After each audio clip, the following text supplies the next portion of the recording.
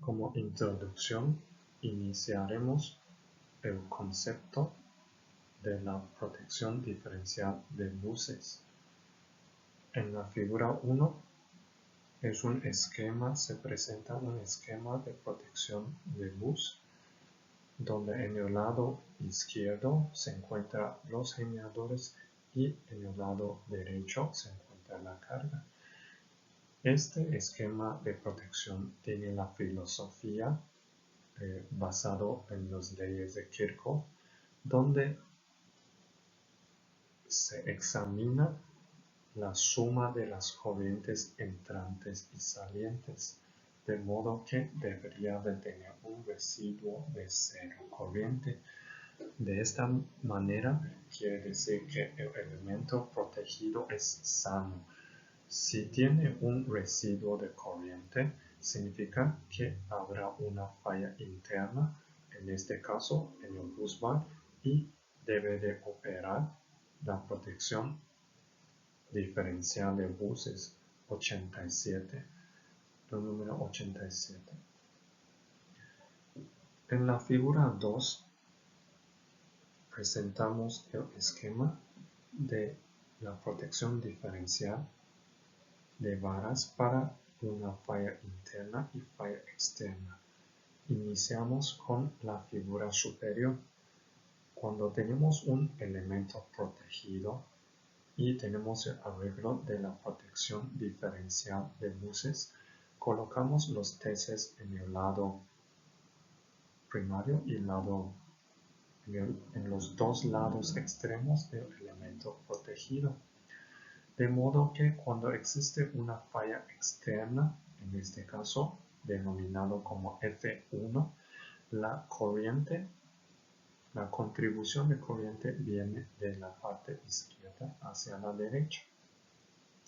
De modo que las corrientes de TC en el lado secundario circulan. Para el TC1, la corriente 1 circula así, tiene esta trayectoria, entra en la bobina de restricción y sube. Y para la corriente I2 que corresponde al segundo TC, tomará esta trayectoria y bajará a la bobina de restricción.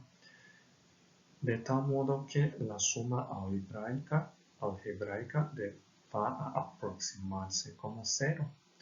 Entonces, si no hay un residuo o corriente que sobrepasa a nuestra corriente de restricción, entonces este relé 87 o protección diferencial no enviará señal de disparo a los interruptores. Entonces esto es el arreglo que se utiliza para discriminar una falla externa. Pues cuando hay una falla externa, no debe de operar la protección diferencial. Ahora vamos a ver la figura inferior. Esta figura inferior corresponde al escenario de una falla interna. Supongamos que este es el elemento protegido. Entonces, para una falla interna, por ejemplo, en este caso denominado F2, hablando ahorita del TC1, su corriente secundario va a leer esta corriente que proviene de la izquierda hacia la derecha y tomará la trayectoria I1 de este sentido y entra a la bobina de restricción. Para el TC colocado en el otro extremo del elemento protegido, entonces también va a sentir que va a existir una contribución de falla del lado derecho hacia izquierdo, hacia el punto de falla, de modo que la corriente I2 tomará esta trayectoria y entra en la bobina de restricción, de modo que nosotros podemos observar que tanto para corriente I1 como la corriente I2 ambos entran en la misma dirección, por lo tanto se suman los dos y habrá un corriente mayor a la corriente de restricción y entonces así puede él discriminar que hay falla y mandar señal de disparo. Este es el caso de la falla interna.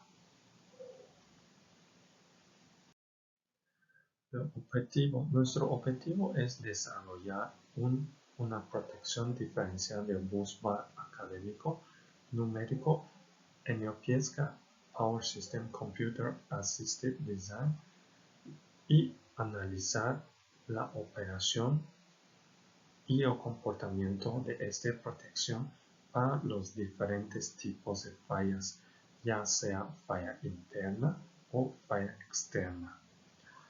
La justificación.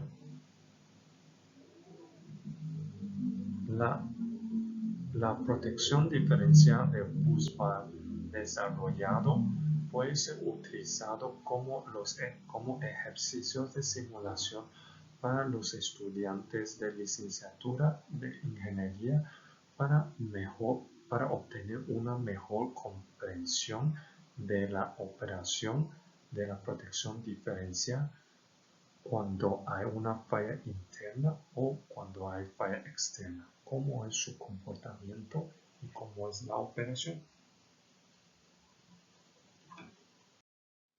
La hipótesis. La protección diferencial busbar desarrollado en PIESCA debe ser lo suficientemente sensible para operar solamente para fallas internas. En este caso, fallas en el busbar. Mientras tanto, el algoritmo debe de poder discriminar y no operar para cualquier falla externas, ya sea que son fallas monofásicas, fallas bifásicas o fallas trifásicas. Esa es la hipótesis. Entonces, la metodología. A continuación, presentamos las 4 ecuaciones. En la ecuación 1 se presenta la corriente de operación medida, que es para señal de disparo. La ecuación 2 es la corriente de restricción. La ecuación 3 presenta la corriente diferencial, que es un factor que le agregamos a la corriente de restricción para evitar escenarios de disparos en falso. Y la corriente de operación calculado es la suma de la corriente diferencial más k veces la corriente de restricción. Es la suma de corriente diferencial y k veces la corriente de restricción. En la figura 3 se presenta la característica de la protección diferencial, zona de operación y zona de restricción.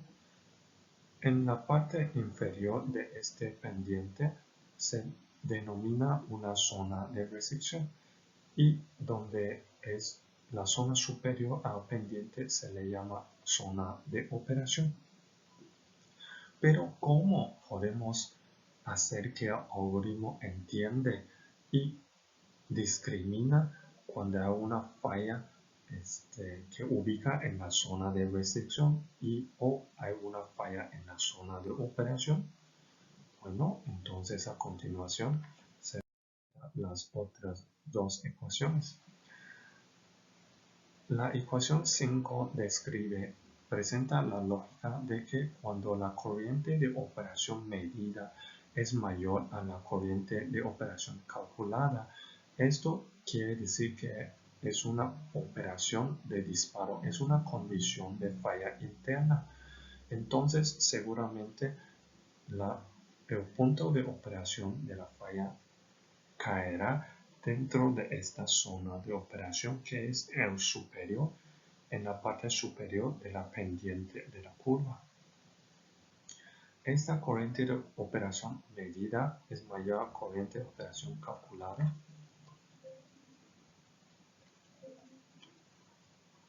Es lo que son las ecuaciones que describimos anteriormente. Y para la ecuación 6 describe una condición de falla externa o una condición de carga. Esa es una operación de no disparo. Ese sucede cuando la corriente de operación medida es menor a la corriente de operación calculada.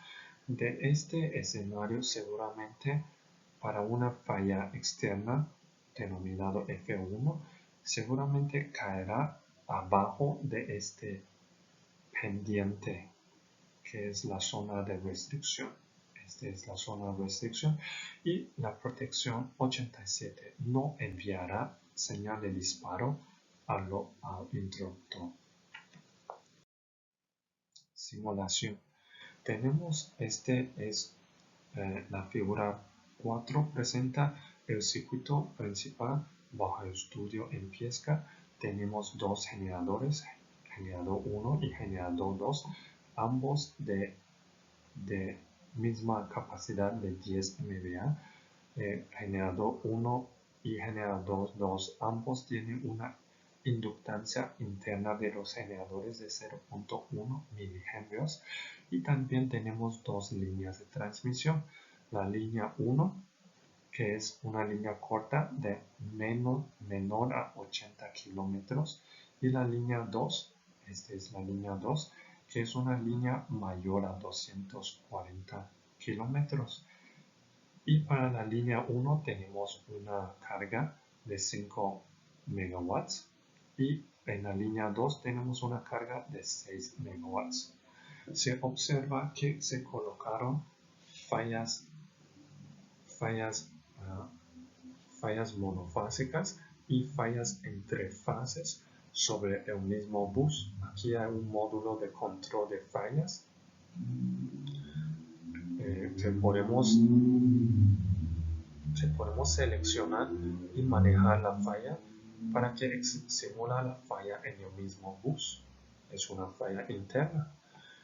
También tenemos otras fallas que tenemos el panel de control de fallas entre fases y de fase a tierra a una distancia de 250 kilómetros del propio bus, del propio elemento protegido.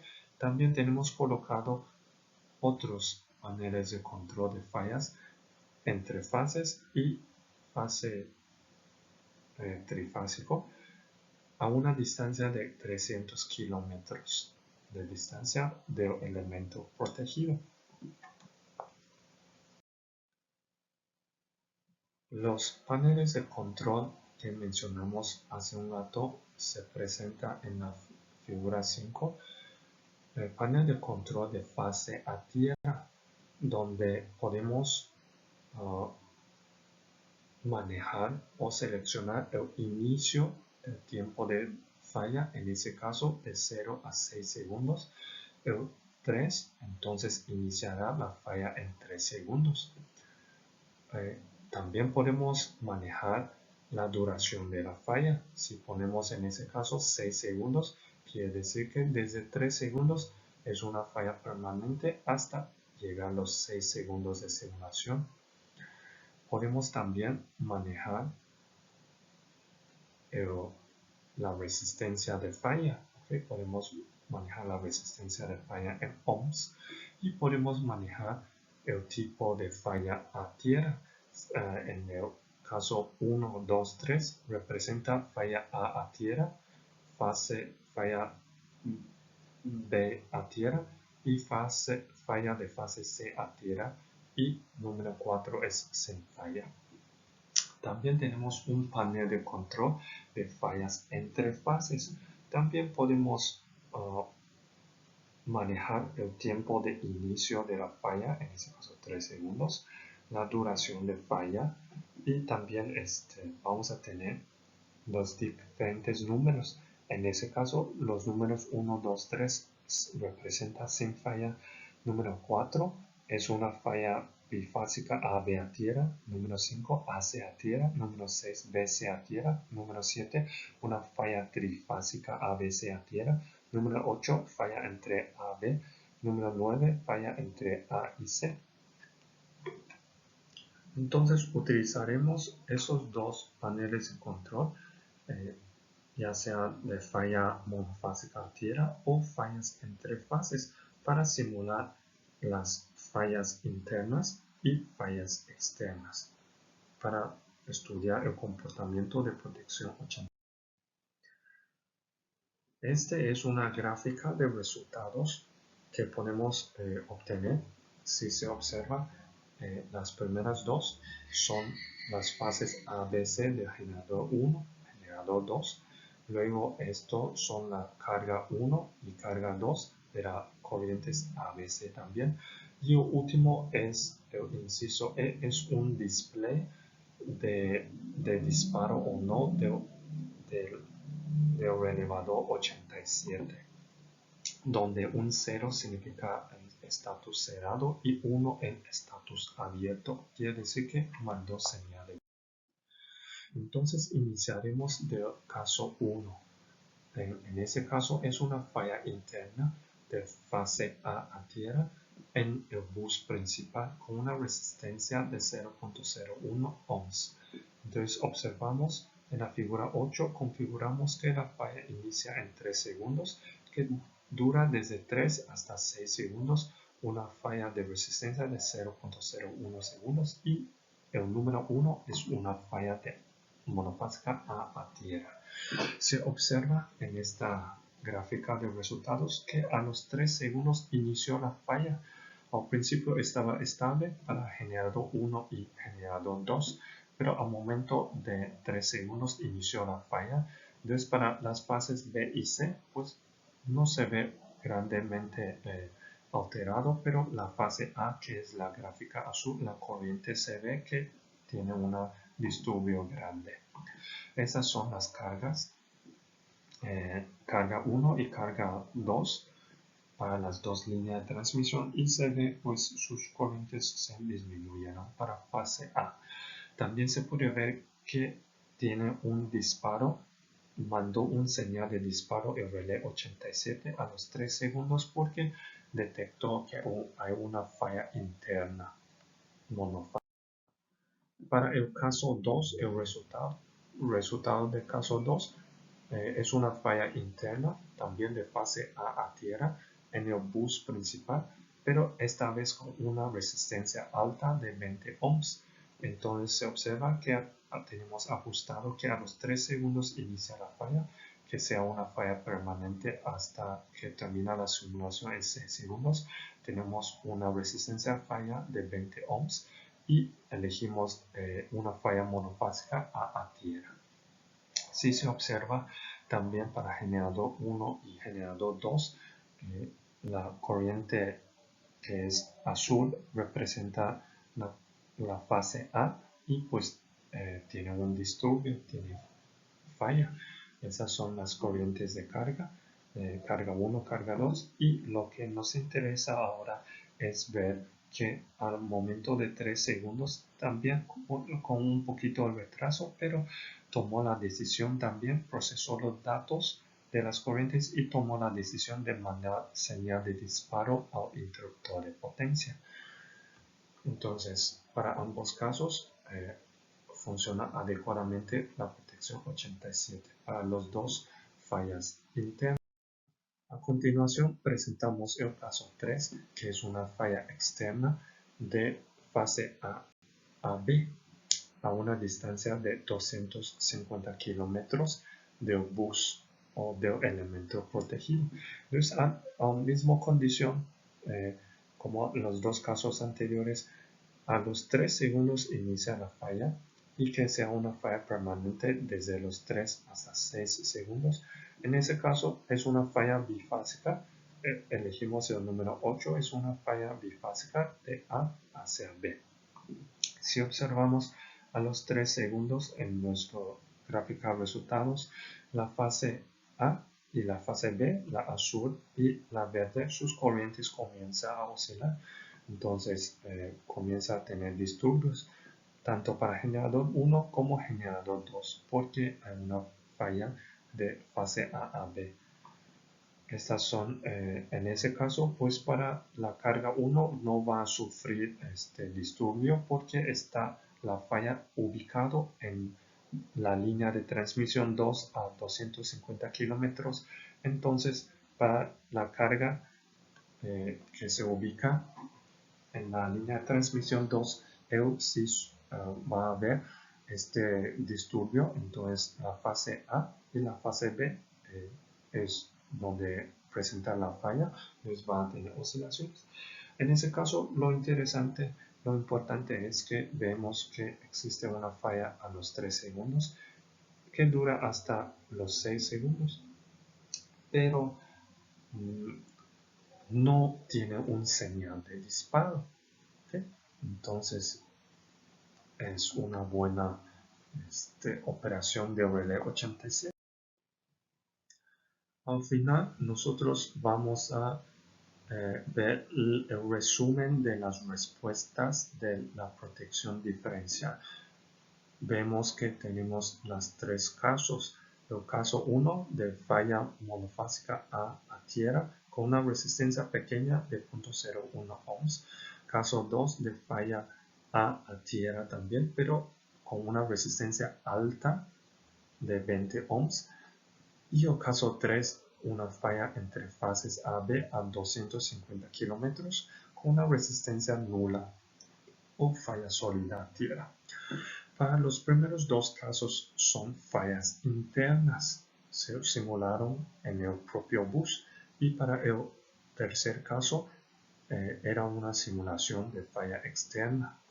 Y las operaciones de la protección fueron que operó para el caso 1 de falla interna de poca resistencia. Para el caso 2 con una elevada resistencia también operó la protección 87. Para una falla externa entre fases a 250 kilómetros ya no operó. Entonces analizamos estas 3 operaciones, sí, sí y no. Los 3 son adecuados. Quiere decir que el 87 que modelamos en Piesca sí se funciona adecuadamente, de que es suficientemente sensible para una falla interna, ya sea para resistencia menor o resistencia elevada, es sensible para falla interna y también es lo suficientemente bueno para discriminar cuando hay una falla externa, no debe de operar. Por lo tanto, estas 3 simulaciones nos llegó a la conclusión que operó correctamente el 87 que se modeló en Piesca.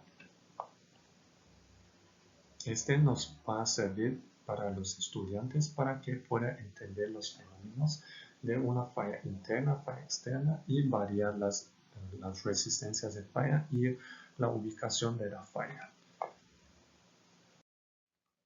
A continuación se presentan las referencias y al final agradecimiento. Muchas gracias.